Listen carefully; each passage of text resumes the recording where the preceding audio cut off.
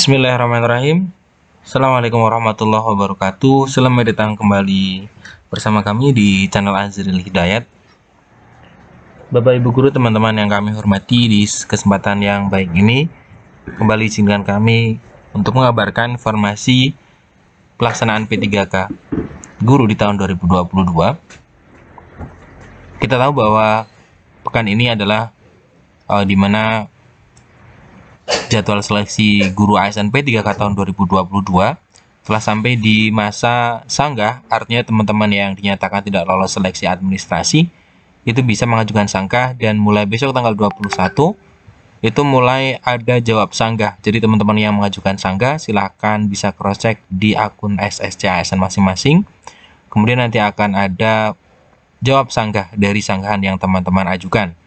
Bisa diterima, artinya kemudian lolos administrasi, bisa juga tidak diterima, artinya teman-teman harus mencoba di tahun depan. Kemudian pengumuman pasca sanggah ini akan diumumkan di tanggal 26 November. Tanggal 26 November itu adalah pengumuman pasca sanggah atau pengumuman final dari seleksi administrasi. Kemudian mulai tanggal 27 hingga tanggal 13 Desember itu saatnya P2 dan P3 itu melakukan penilaian kesesuaian, kemudian pengolahan nilai, dan tentunya nanti di bulan Desember tanggal 14 itu baru dibuka pengumuman untuk formasi pelamar umum tanggal 14 sampai 18.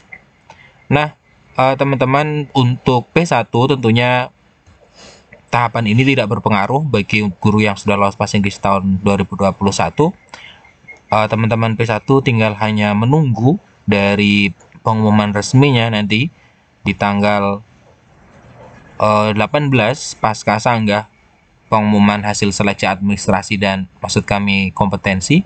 Nah, bagi teman-teman yang belum mendapatkan formasi, artinya sudah tidak ada yang bisa diperbuat. Teman-teman menunggu saja dari pembukaan seleksi tahun 2023. Nah, namun masih banyak terjadi gejolak ya teman-teman di daerah terkait dengan formasi dari guru P1 yang ternyata lebih sedikit dibandingkan dengan formasi untuk P2 dan P3. Ini disoroti oleh Forum Guru Honorer lulus passing grade, di mana mereka menyoroti di tahun 2022 banyak formasi yang dibuka justru untuk P2 dan P3. Seharusnya untuk P1 terlebih dahulu. Ini mereka merasakan kekecewaannya terhadap Pemda yang menyediakan formasi tersebut. Contohnya di sini di komentari bahwa di Cilegon ada 700-an formasi untuk P2 sampai P4.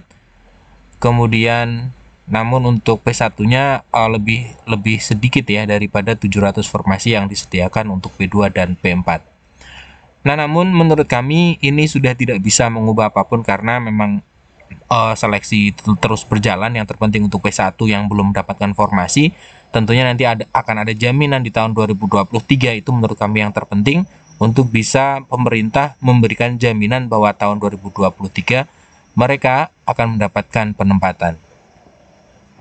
Nah, untuk informasi berikutnya untuk P2 dan P3 untuk tenaga honorer K2, non K2, ex tenaga honorer K2 dan sekolah honorer non ASN di sekolah negeri yang sudah mengabdi 3 tahun segera menyiapkan berkas karena nanti mulai di tanggal setelah pasca sanggah ya, di tanggal pelaksanaan seleksi kompetensi ini atau kesesuaian di tanggal 27 sampai dengan 28 November seterusnya, itu teman-teman dilakukan atau dinilai kesesuaian oleh pengawas, kemudian kepala sekolah dan guru senior, kemudian dinas pendidikan, serta BKPSDM atau BKPP atau BKD tingkat daerah terkait dengan kesesuaian teman-teman. Nah, di sini teman-teman perlu cermati bahwa untuk penilaian kesesuaian ini atau penilaian dari seleksi kompetensi melalui kesesuaian ini ada bobotnya ternyata teman-teman. Ini bisa teman-teman lihat bahwa untuk seleksi kompetensi yaitu meliputi profesional, pedagogik sosial, dan kepribadian itu memiliki nilai atau bobot yaitu 40%. 40% Kemudian untuk kinerja itu 60%.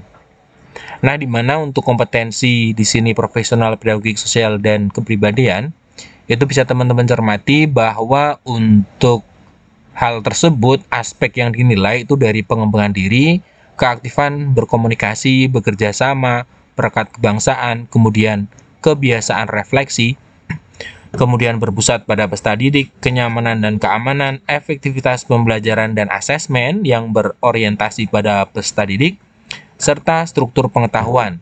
Tentunya ini aspek yang dinilai nanti juga dibuktikan dengan dokumen-dokumen yang teman-teman harus penuhi. Kemudian untuk 60% ini lebih banyak di sini tentang kinerja, yaitu meliputi orientasi pelayanan, komitmen, inisiatif kerja, dan kerjasama. Ini 60% menjadi nilai hasil akhir dari bobot atau penilaian kesesuaian kompetensi dan kinerja. Nah, itu teman-teman ya. Jadi teman-teman bisa mencermati bahwa ada perhitungan 60 dan 40 ya.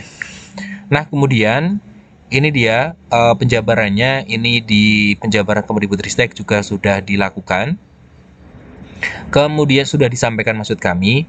Nah, di sini untuk penilaian kompetensi, kinerja dan wawancara itu dilakukan oleh penilai, yaitu pengawas, kemudian kepala sekolah dan guru senior. Kemudian kompetensi dan kinerja dapat dilakukan oleh minimal satu penilai. Penilaian terhadap pemeriksaan kinerja dan latar belakang dilakukan oleh BKPSDM dan Dinas Pendidikan. Nah, jadi teman-teman bisa cermati bahwa untuk 40% ini semuanya dilakukan oleh pengawas, kemudian kepala sekolah dan guru senior, sedangkan 60% itu dilakukan oleh Dinas Pendidikan dan BKPSDM atau BKPP. Nah, ini teman-teman harus memahami. Kemudian apa saja sebenarnya berkas-berkas yang harus disiapkan, walaupun secara jelas belum disampaikan oleh Kemendikbudristek, namun di sini kita bisa lihat bahwa gambarannya seperti ini, berkas-berkas yang harus disiapkan. Dari mulai dokumen atau identitas ya, meliputi KTP, KK, kartu keluarga, transkrip nilai, sertifikat pengembangan diri, karya tulis, dan penghargaan yang dimiliki. Kemudian, untuk yang kedua, dokumen kepegawaian. Ada SK pengangkatan, pembagian tugas tambahan, daftar kehadiran.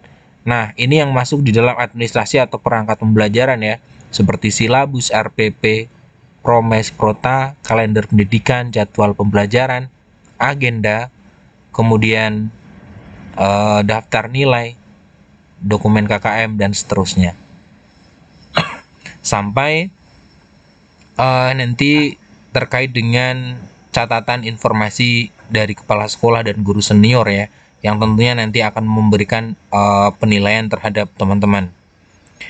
Nah, ini teman-teman, jadi silakan nanti disiapkan terlebih dahulu sebelum nanti memang secara resmi diumumkan oleh Kemendikbudristek terkait dokumen apa yang memang harus disiapkan dalam rangka penilaian kesesuaian ini. Tidak ada salahnya teman-teman untuk melengkapi hal tersebut, karena menurut kami penilaian dengan sistem itu tidak ada tingkat toleransinya. Namun kalau penilaian menurut kami penilaian oleh manusia itu tentunya nanti ada memang norma-norma yang bisa menjadikan teman-teman akan dipermudah ya. Karena kalau penilaian kepala sekolah, saya yakin kepala sekolah sudah melihat kinerja kita. Ketika kita memang baik, ya insya Allah nanti akan dinilai baik. Pengawas juga seperti itu. Nah, sekian informasi dari kami. Semoga ini bermanfaat untuk P1 dan P2 serta P3. Untuk P4 atau pelamar umum nanti baru bisa merumuskan strateginya setelah P2, P3 melakukan seleksi ataupun administrasi. Maksud kami adalah kesesuaian ya, penilaian kesesuaian yang akan dilakukan setelah pasca sanggah. Terima kasih telah menyimak. Kami akhiri. Assalamualaikum warahmatullahi wabarakatuh.